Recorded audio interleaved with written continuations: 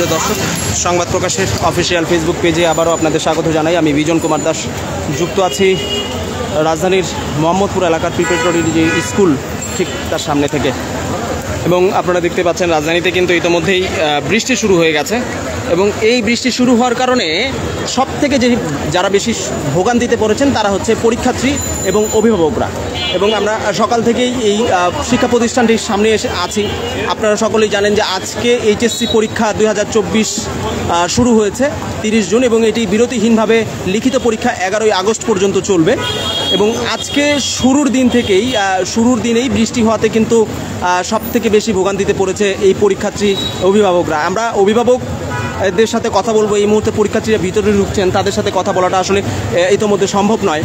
আমরা অভিভাবকদের সাথে কথা বলবো, অভিভাবকদের যে অনুভূতি সেটি জানানোর চেষ্টা করব এই মুহূর্তে কী হয়েছে, এবং একই সঙ্গে আপনাদের এই আশপাশের যে পরিবেশটি রয়েছে সেটি আসলে জানানোর চেষ্টা করব।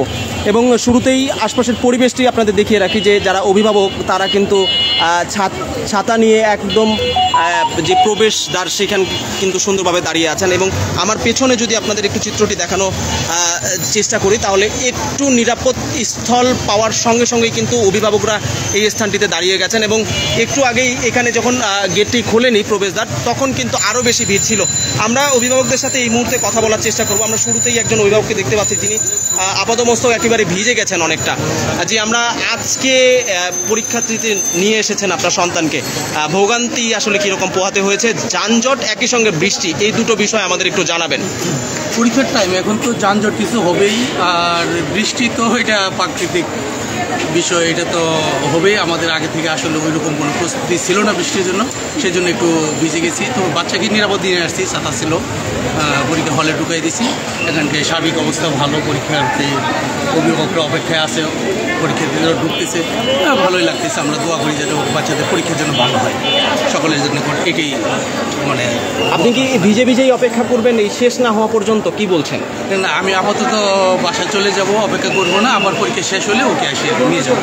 আচ্ছা, অসংখ্য ধন্যবাদ। আপনার নামটি জানাবেন এবং কোথা থেকে এসেছেন? আমি সেলিম, আমার চাকরিস্থল Comilla, Mohammadpur saint Joseph college আমার ছেলে পড়ে, আমি মোহাম্মদপুরি বাসা, এখান থেকে আসছি। জি, অসংখ্য ধন্যবাদ সেলিম ভাই আমাদের সাথে যুক্ত থাকার জন্য। আমরা কথা বলছিলাম একজনের সঙ্গে। আমরা এই মুহূর্তে আরেকজন অভিভাবককে দেখলাম, তিনি আসলে রুমাল মাথায় করে আসলেন। আমরা তার সাথে একটু কথা বলবো। ভাই, ভোগান্তিটা কীরকম আসলে এই বৃষ্টি শুরু হওয়ার পর থেকে? আজকে তো প্রথম দিন। প্রথম দিনে যে ভোগান্তিটা ভাই, মানে শুরু থেকে বাসা থেকে বের হওয়ার পর থেকেই বৃষ্টিতে ভিজে তো অবস্থা খারাপ, মানে করুণ অবস্থা এখন বর্তমানে। আপনার সন্তানকে কি কক্ষে প্রবেশ করিয়েছেন? হ্যাঁ, সন্তান এইবার আসলো, ভিতরে ঢুকছে আর কি। আচ্ছা, প্রস্তুতি কেমন তার?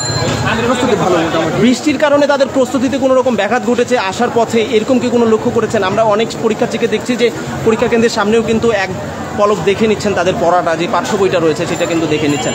এটাতে আসলে ভোগান্তিতে পড়েছে কিনা? আপনার সন্তানকেও আমরা কিছুক্ষণ আগে দেখলাম যে সে এক পলক দেখে নিচ্ছে। এই জায়গাটিতে আসলে কেমন ভোগান্তিতে পড়তে হবে? ভোগান্তিতে পড়তে হবে, কারণ মনে করেন বৃষ্টির মধ্যে এখানে দাঁড়ানোর মতো কোনো প্লেস নাই। বাইরে আমরা দাঁড়িয়ে আছি, বৃষ্টিতে এখানেও আমরা ভিজতেছি। অসংখ্য ধন্যবাদ আমাদের সাথে যুক্ত থাকার জন্য। নামটি জানাবেন এবং কোথা থেকে এসেছেন? আমি আসছি হাজারিবাগ। অসংখ্য ধন্যবাদ। দর্শক, আমরা অভিভাবকদের দেখছি যে তারা নিজ নিজ সন্তানকে তারা কিন্তু ছাতায় মাথায় করে নিয়ে আসছেন, এবং কিছু কিছু শিক্ষার্থীরা দেখতে পাচ্ছি যারা ছাতা নিয়ে কিন্তু পরীক্ষা কেন্দ্রে প্রবেশ করছেন। অর্থাৎ এই চিত্রটি কিন্তু একদম বলে দেয় যে আসলে এই বৃষ্টির কারণে ভোগান্তিটি বেড়েছে। এবং একই সঙ্গে আমরা একজন অভিভাবককে দেখছি, তিনি আসলে দেখতে পাচ্ছেন একদম পুরোটাই ভিজে গেছেন, ফলে তার সন্তানকে অনেকটা কষ্ট করেই কিন্তু নিয়ে আসলেন।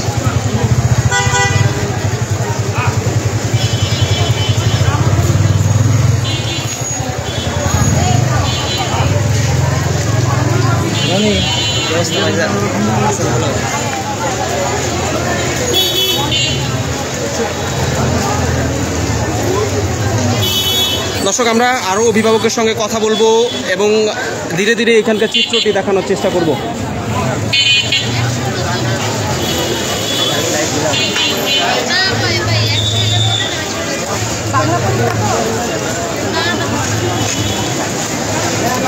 এবং সবচেয়ে একটি বিষয়ে আমরা কিন্তু লক্ষ্য করেছি যে আসলে সন্তান পিতামাতাদের অনেক আদরের হয়, ফলে নিজের ছাতাটিও কিন্তু সন্তানকে দিয়ে তারা কিন্তু বৃষ্টিতে ভিজেই কিন্তু চলে এসেছেন। আমরা কিন্তু এই বিষয়টি লক্ষ্য করছি এবং ছাতা মাথায় দিয়ে পরীক্ষা শুরু না হওয়া পর্যন্ত অভিভাবকরা কিন্তু এখানে অপেক্ষা করছেন।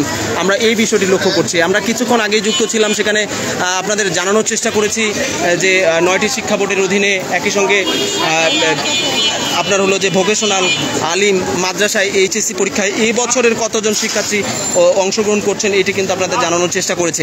এবং আরেকটি বিষয় আপনাদের জানিয়ে রাখি যে এবছর আপনার হলো যে এবছরের শুধু দেশেই নয়, প্রায় 281টি কেন্দ্রে বিদেশেও কিন্তু পরীক্ষা অনুষ্ঠিত হচ্ছে।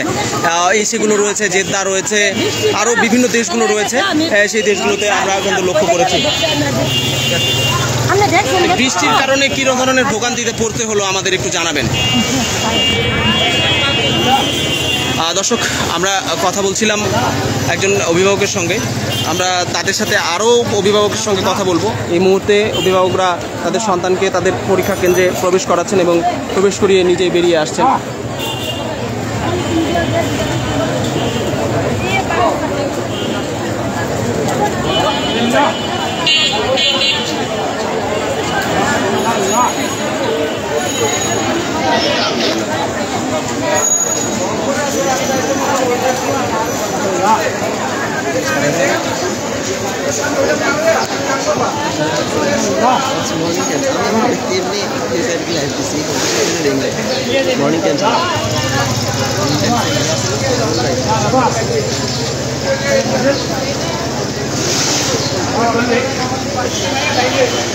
বৃষ্টির কারণে কিরকম ভোগান্তি আপনার শিক্ষার্থীকে নিয়ে আসলেন, কেমন মনে হলো? আসলে বৃষ্টির জন্য তো ভোগান্তি অনেক বেশি। আমি অবশ্য ভোগান্তি তেমন একটা পাইনি, কারণ একটু আগে চলে এসেছি।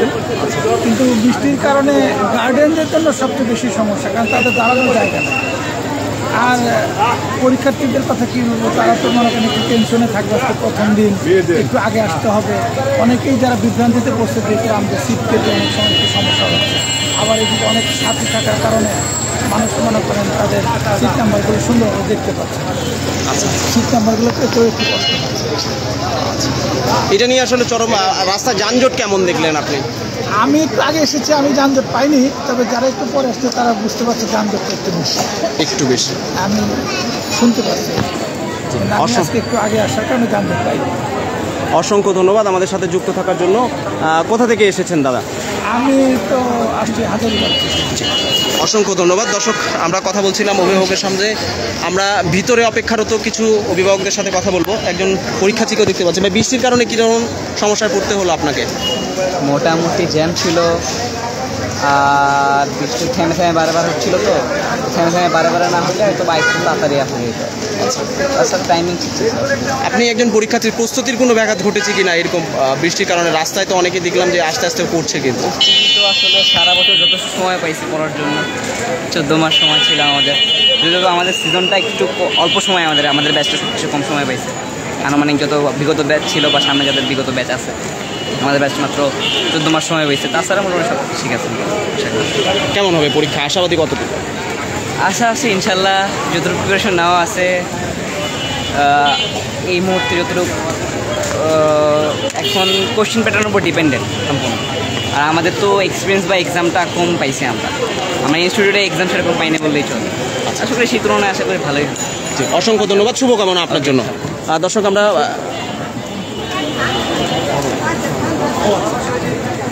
আমরা দেখছি যে আপনি কিন্তু এক প্রকার ছাতা ছাড়াই দাঁড়িয়ে আছেন এবং আপনার দিতে আসছেন। তো কেমন মনে হচ্ছে আসলে আজকের ভোগান্তিটা আসলে কীরকম লক্ষ্য করছেন? আজকে মনে করেন বাসা থেকে বাড়িতে নিয়ে বাড়িতে পরীক্ষা দেওয়ার জন্য সেই সময় রোদ রয়েছিল, এখানে আসার পরে বৃষ্টি নামছে। বৃষ্টি তার কই আসে না, বৃষ্টি আসলে একটু ভোগান্তি করতে হবে। আচ্ছা, রাস্তায় দাঁড়ানোর মতো কোনো স্কোপ পেয়েছেন কিনা আপনি? পেয়েছি, তার মানুষের সবাই অনেক অভিভাবক আছে, এরা মানে সবাই আছে এক জায়গায়, সবাই আমরা জটলা বেঁধে আছে, জটলা নিয়ে আছে। আচ্ছা, অসংখ্য ধন্যবাদ। পরীক্ষার্থী, আপনার সন্তানের প্রিপারেশন কেমন, আশাবাদী কতটুকু, আপনি কী লক্ষ্য বুঝছেন? ইনশাল্লাহ ভালো। জি, অসংখ্য ধন্যবাদ, শুভকামনা আপনার সন্তানের জন্য।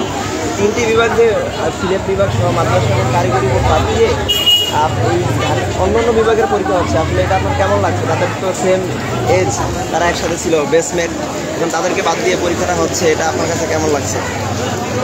এটা আমি বলতে পারবো না। আমি যারা এটা বাদ দিয়ে দিচ্ছে তারা বন্যার কারণে বাদ দিয়ে দিচ্ছে আর কি, তাদের জন্য আপনার কেমন লাগছে? প্রাকৃতিক দুর্যোগকে কেন্দ্র করে তাদের তো বাদ দেওয়া হলো, কিন্তু আপনাদের দেওয়া হলো না, এই বিষয়টা আসলে কিভাবে দেখছেন আপনি?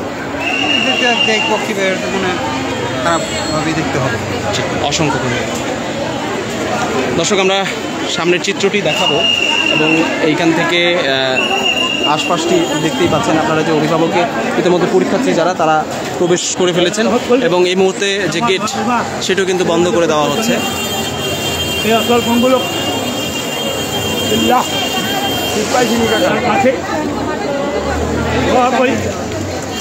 এবং একটু জায়গা পেলেই সেখানে কিন্তু অভিভাবক যারা রয়েছেন তারা কিন্তু দাঁড়িয়ে যাচ্ছেন এবং এই পরীক্ষা শেষ হওয়ার পর তারা কিন্তু তাদের সন্তানকে নিয়ে যাবেন।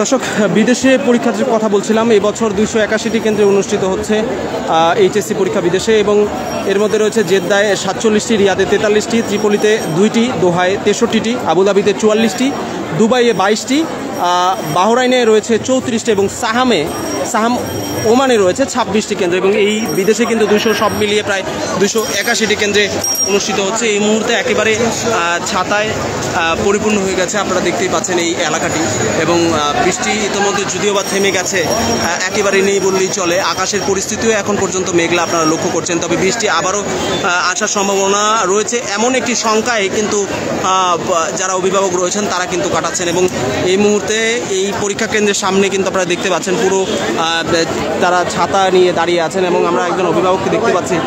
জি, বৃষ্টির কারণে কীরকম ভোগান্তিতে পড়তে হলো আপনাকে? বৃষ্টিতে প্রাকৃতিক দুর্যোগটা একটু সমস্যা তো হয়ই, বাচ্চারা ভিজে, অনেকই ভিজে। বলেন যে যাত্রী জি, আমরা একটু আপনার কাছে যাই, তাহলে আপনি কীরকম বলেন? সামনে আর কি পরীক্ষার কেন্দ্রের সামনে তেমন কোনো ব্যবস্থা নাই যে বাচ্চারা দাঁড়াবে বা গার্ডিয়ানরা দাঁড়াবে, সবাই ভেজার উপক্রম, সবাই এই বড় সমস্যা। জি, আমরা একটু আপনার কাছে জানতে চাই যে কি চান আসলে এই মুহূর্তে? বৃষ্টি তো আসলো, এটা প্রাকৃতিক জিনিস, বাধা দেওয়া যাবে না। আমরা চাচ্ছিলাম যে গার্ডিয়ান বসার জন্য যদি একটু ব্যবস্থা করতে পারি, পুরো যাত্রী ছাউনি বা এই যে এখানে পাশে একটা মাঠ আছে, মাঠের ভিতরে একটা তেরপাল টানা দেওয়ার মতো একটা যদি এলাকার জনপ্রতিনিধি আছে বা কলেজ কর্তৃপক্ষ আছে, সবাই মিলে আর কি একটা কি বলে গার্ডিয়ান, সমস্ত গার্ডিয়ান বসার জন্য একটা সুব্যবস্থা।